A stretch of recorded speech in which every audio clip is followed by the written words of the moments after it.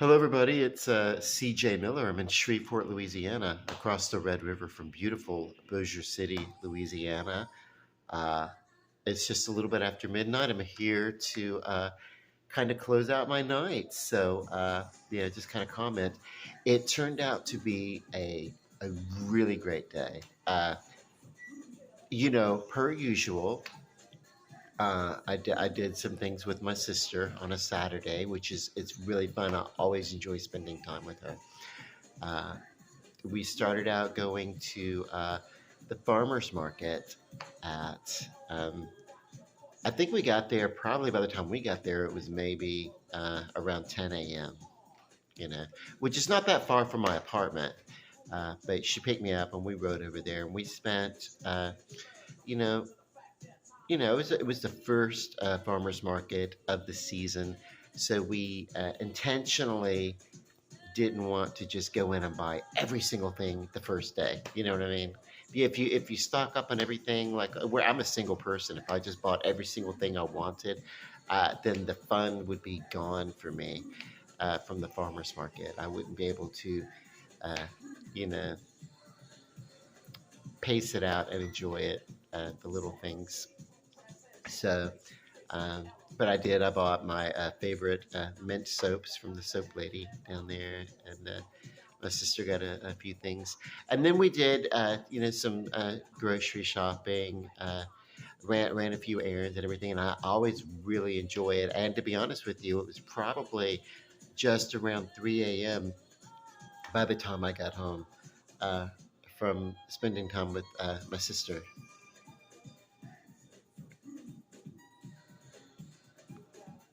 So that's 4 to 5 hours that I spent with my sister. And I mean, how many guys are lucky enough to say they've got a sibling that they enjoy spending time with, uh, much less like half a day with?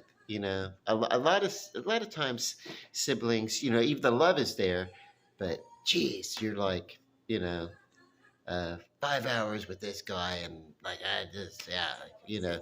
So, but no, I really enjoy spending time with my sister. She's one of my best friends, you know. So I came home and was putting the groceries up. Got a call from a friend and who confirmed some plans that we wanted to go. Uh, we wanted to go to a meeting together and listen to someone share a very meaningful part of their life with us. That was really kind of great. And then, uh, charged with that kind of recovery, we decided to go to, we didn't. I wanted to go see the Rick Springfield, um, Richard Marx uh, duet tour that they're doing, and they were having it at Margaritaville. But by the time I found someone that was uh, willing and able to go, the tickets had sold out, and they were selling at scalp prices, which is like basically double the amount of the ticket prices. And I'm like, it doesn't matter if I can afford it or not. I don't buy, uh, tickets being resold at like double the amount. Like I don't. Yeah, it's a principle thing with me. Unless it's just like something that's in my heart of hearts, I'm just gonna die if I. And if I felt that way, I would have gotten a ticket early on anyway and went by myself regardless. So I passed up that. But hang on. Well, anyway, so we did decide to go to Hurricane Alley. Now, this is a venue that I was aware of. I knew that they did shows there. I haven't been there yet, and they've been doing this for. I think they started. Uh, it's three restaurants, and they have full-on bars. And I'm told that each of the bars is owned by a brother. So. Uh, Three brothers. One owns this location, one owns this, and one owns this. But anyway, they've got like the back alley, just this whole back behind it. And they put a stage there, and so they do things out there, and they do a pretty good job of it, uh, from what I could see. And you'll see the videos. And this Hurricane Alley is the venue. And so, yeah, uh, what I love about it is that, um, like, we had some chicken, breaded chicken nuggets or what strips or whatever, tossed in hot sauce, and it was a good price, a good fair price. Uh, I mean, and seriously, just did not break the bank. I mean, it was like that and two drinks, including the tip, was like $14, and the two drinks was like a Diet Coke and a seltzer with lime. You know, so you know, what can I say? It's like that's really kind of cool. And the venue is you know full on family friendly. So you know kids are allowed because they're restaurants and everything like that. And so that's fine. You'll see the people. I posted the videos and some of the shorts and stuff, and some people were having fun. They were having fun with their families, and they were, people uh, even older than I. There were people there I know that had to be in their mid 60s, approaching their 70s, uh, and they were rocking out with people. Quite literally, some of them look like they were fresh out of the womb, and you will see what I'm talking about. So it is a full family event, and the love and the fun and everything, you know, and that's cool. I love it. You know, it's a good place where people can go and have a good time, and then because it's such a friendly venue, it's music that your grandparents can rock out to, your parents can rock out to, your kids can rock out to, and it's a good place for people to have just a real good fun, and then you can like kind of turn people loose a little bit and let them kind of go up and explore. But as kids will want to do, but then also at the same time still be able to keep an eye on them. You know what I mean? I guess I don't know. I just, like not quite free range, but maybe like open cage. I don't know. I don't. I just, whatever. Uh, when we were kids, we just ran everywhere and did anything. Like if you could take us to the state fair, and you could give us, my sister and I, you could give us about 20, $30 a piece, whatever our stuff was for the day. You don't. That's not a lot of money to spend on bullshit, But you could give us a handful of money, and then you could turn us loose, and we knew the buddy system. We kept an eye on each other, and nobody was going to snatch anybody. If they was going to snatch one of us, they were going to snatch both of us. Like whatever. We just weren't stupid kids, So you could turn us loose, and you know. And that was, and I think about that, that's because I just kind of think about my sister, and I do have some wonderful friends. I love them, but I just remember my sister and I just, the world was wide open, like Into the Great Wide Open, the Tom Petty song, like you could, when we were little, you could just like open the doors and let us go, and we'd go out and we'd have like wonderful little adventures, in the magical world of children, and everything. It was really fun. I really appreciate that. And so things like this, they kind of remind me of that, what it was like to just, what it's like to just have fun. Just let it go, have fun, and deal with some stuff later. So basically, which it really is nothing to deal with right now, but that was kind of cool. And so what will happen now is, yeah, I pretty much maintained my diet what did I? We had lunch, and at the lunch I had a couple of cheese-filled wontons. One, two, and I don't know how many, but they're like, I don't think that was pretty much it. And then the rest of everything else was very high protein and low carb. Uh, except for one, I did have the little cup of ice cream at the little buffet. So I didn't ruin my life today, and yeah, today will be another low carb, higher protein day, and then of course, yeah, that's cool. We're good to go. So which I want to maintain my yeah. I have like my I have a couple of food events coming up in the week to come, but even then, I still don't want to just like ruin everything, you know. And find some sort of way to experience enjoyment. Find some sort of way, no matter what.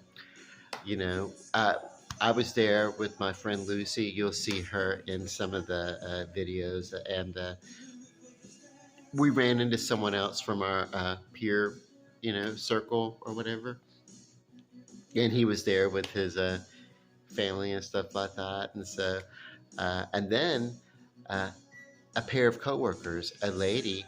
I don't think she's in the video. Her name was Brandy, and his name was Michael. They showed up together and took the end of the table that we were sitting at, and it turned out to be pretty cool people. It was great, and I just enjoyed a few hours of just, great. And it was such a high impact performance that I think ultimately I would have thoroughly enjoyed the Rick Springfield, Richard Marx duo, but I really also think that I really needed this kind of a live music kind of a thing. And I love the fact that it was like, I'm up there dancing with, grown-ups and little kids, and we're just all pogoing back and forth. Some of us, you know, yeah, uh, just, yeah, I don't know.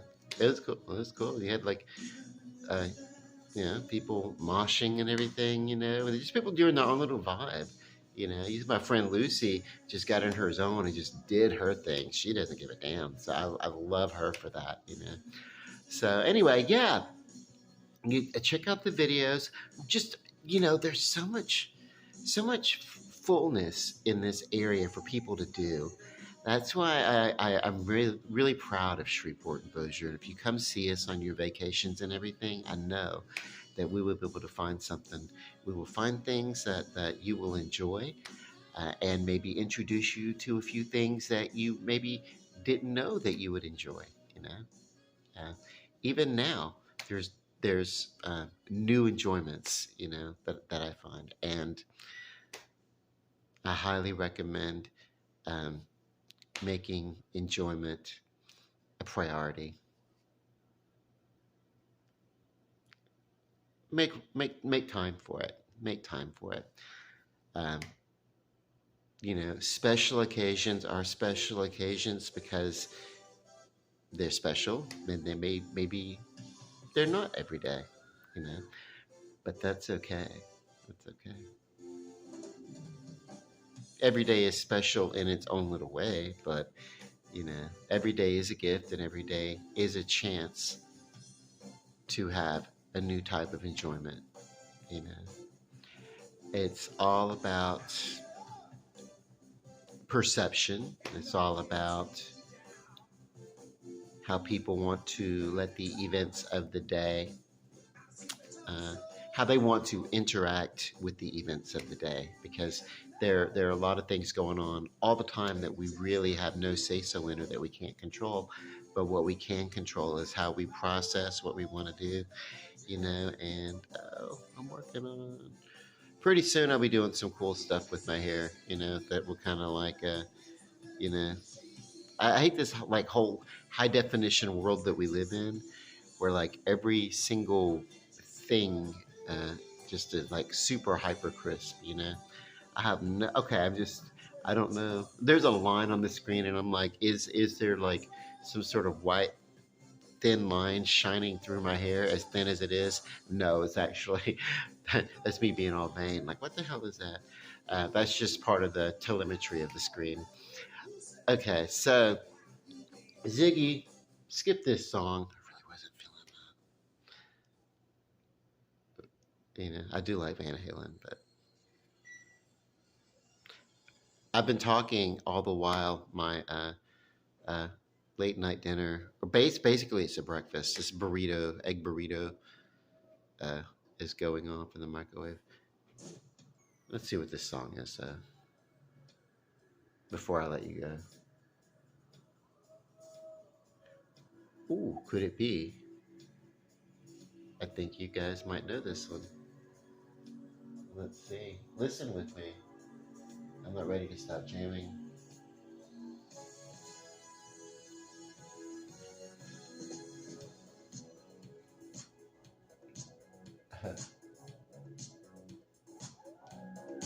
Oh, by the way, bifocals are kind of a joke.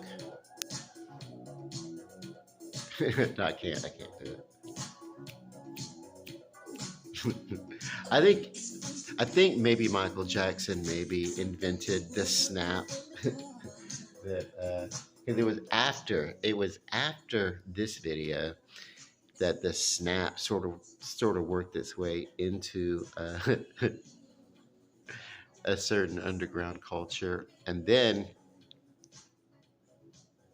by the time In Living Color started, which was a sketch comedy by the Wayans brothers on the Fox network, and they had a couple of characters, Blaine and Antoine, and by the time they were like,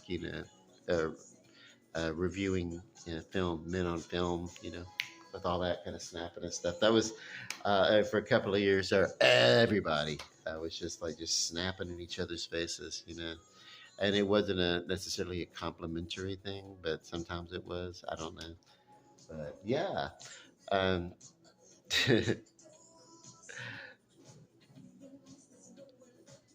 I would recommend checking out the performance of Meshack Taylor in a movie called Mannequin and Mannequin 2 on the Move. So the first one, Andrew McCarthy was the lead, and the first one co-starred Kim Cattrall, and the second one, Christy Swanson of Buffy the Vampire Slayer, movies from the '80s. You should check those two out. They're actually kind of clever in a fun little whimsical adult fantasy kind of way.